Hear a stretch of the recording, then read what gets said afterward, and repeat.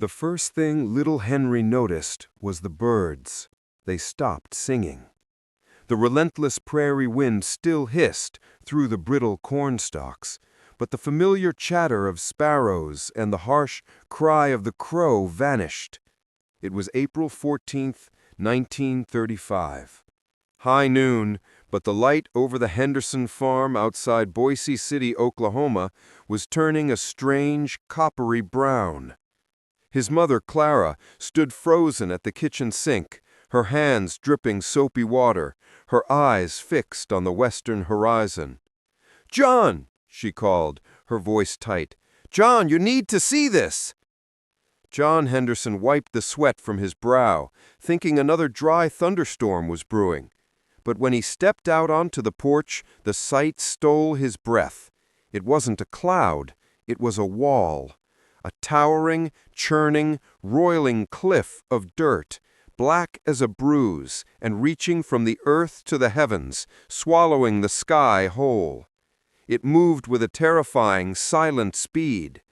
This was no ordinary dust storm. This was the earth itself, rising up in revolt. This was Black Sunday. And it was a disaster they had built with their own hands. The story of the American Dust Bowl is not merely one of drought and hardship. It is a startling epic of human ambition, ecological ignorance, breathtaking suffering, and almost miraculous resilience. It is a tale where the very ground Americans walked on turned against them, where prosperity was literally blown away, and where the definition of the American dream was rewritten in blood, grit, and dust. Our story begins not in despair, but in a fever of golden optimism. The Great War had ended, and wheat was king. The government urged farmers to plant more, feed the world. New gasoline-powered tractors, like roaring iron monsters, made it possible to rip up the ancient buffalo grass of the southern plains, a sea of land encompassing the panhandles of Texas and Oklahoma, western Kansas, eastern Colorado, and New Mexico. This grass was the anchor. Its roots, some reaching 10 feet down, had held the fragile topsoil in place for millennia, surviving the scorching sun and relentless wind. Men like John's father, Abner Henderson, had arrived in a covered wagon, lured by pamphlets promising rain follows the plow. They saw not a delicate ecosystem, but an empire to be tamed. With a terrifying efficiency, they unleashed the one-way plow, slicing through the matted grass, turning over the virgin sod. The earth, rich and dark, smelled of promise. For a decade, the rains were kind. The wheat soared. Farmers bought Model Ts, radios, new implements on credit. Towns sprouted like mushrooms. The land, it seemed, was a bottomless bank account. Then the rain stopped. In 1931, the cycle of wet years that had blessed the plains came to a sudden, brutal end. The droughts that were a natural part of the prairie's rhythm returned, but now there was no grass to hold the earth. The wheat withered and died. The naked soil, baked by the sun that felt like the eye of an angry god, began to stir. The wind, the constant companion of the plains, now had a weapon. The first dust storms were curiosities, a haze on the horizon, a fine silt on the windowsill. But they grew. They became dusters. Day turned to twilight as rolling clouds of topsoil, the very flesh of the land, swept across the plains. The Hendersons, like all their neighbors, tried to seal their homes. They stuffed rags in cracks, taped windows, hung wet sheets over doors. But the dust was insidious. It seeped in like a phantom. It coated every surface, dinner plates, children's eyelashes, the inside of your lungs. Clara Henderson laid the table with plates upside down. They ate grit with every bite of food. They slept with wet cloths over their faces to keep from choking. The psychological toll was as brutal as the physical. It was like being trapped in a dirty, brown nightmare you couldn't wake up from, one survivor recounted. The endless noise of the wind and the grit grinding against the house drove some to madness. The static electricity generated by the blowing dust was so powerful it shorted out car engines and delivered painful shocks when people touched doorknobs. Stories spread of chickens being electrocuted just by walking on the charged soil. Children developed dust pneumonia, a constant racking cough that could turn fatal. Schools closed. Roads vanished under dunes of dirt. Cattle, their stomachs filled with nothing but grit, stumbled and died by the thousands, their carcasses left to bloat in the sun. The land was not just dying, it was becoming an alien planet. And then came Black Sunday.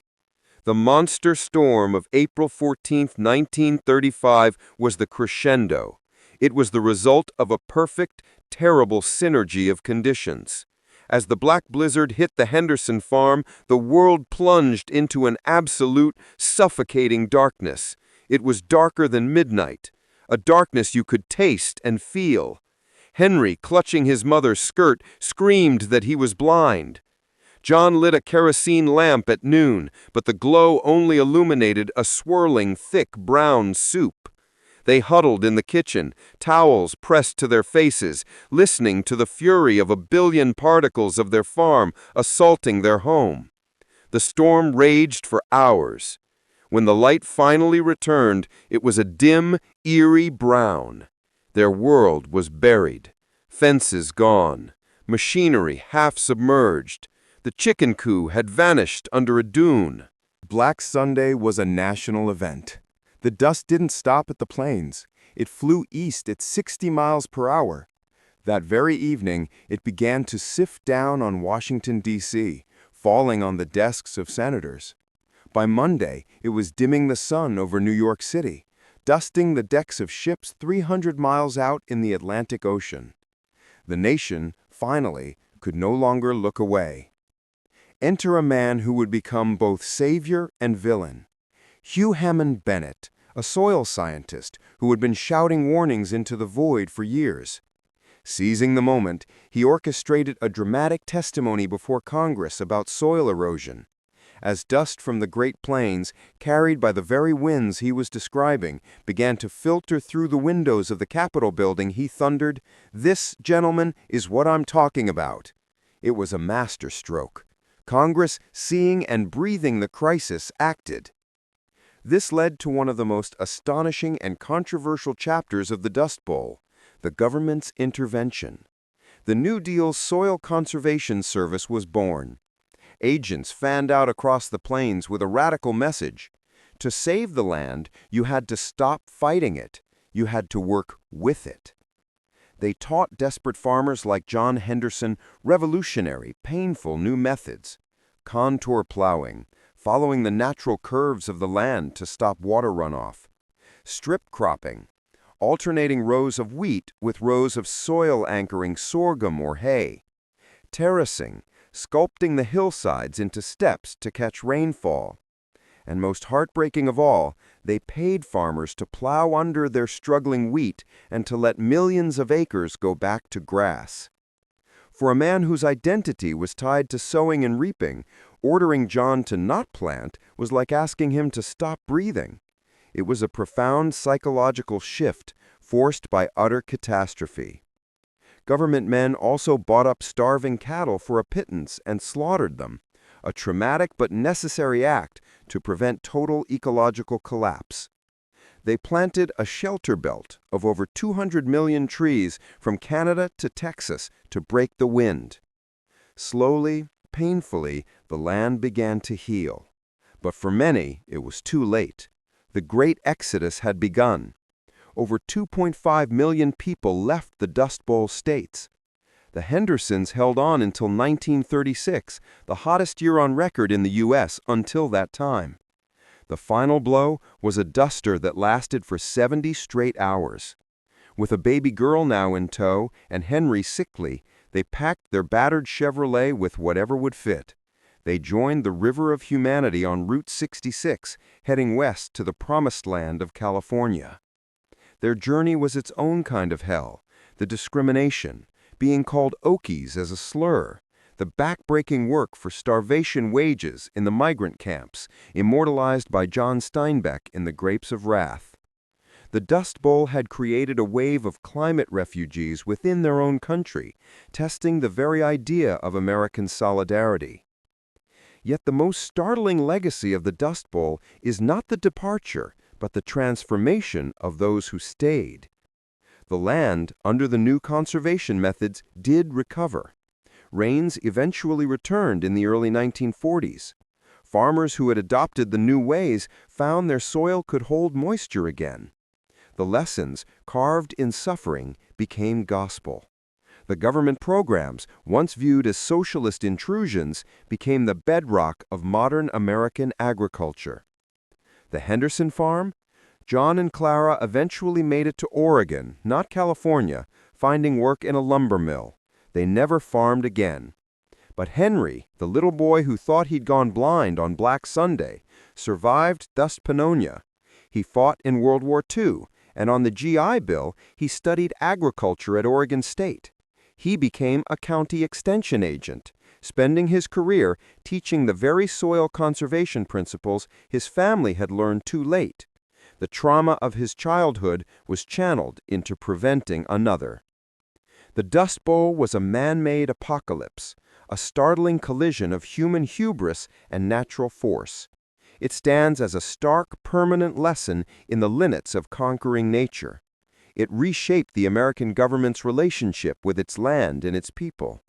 The photographs of those black blizzards swallowing schools and tractors remain some of the most iconic and terrifying images of 20th century America, not of war, but of an environmental reckoning. It is a story of a world turned upside down, where the sky became earth and the earth became sky. A story where the dream of plenty became a fight for a single clean breath. And ultimately, a story of a resilience forged not in gold, but in dust. A resilience that changed the face of a continent and whose echoes warn us still.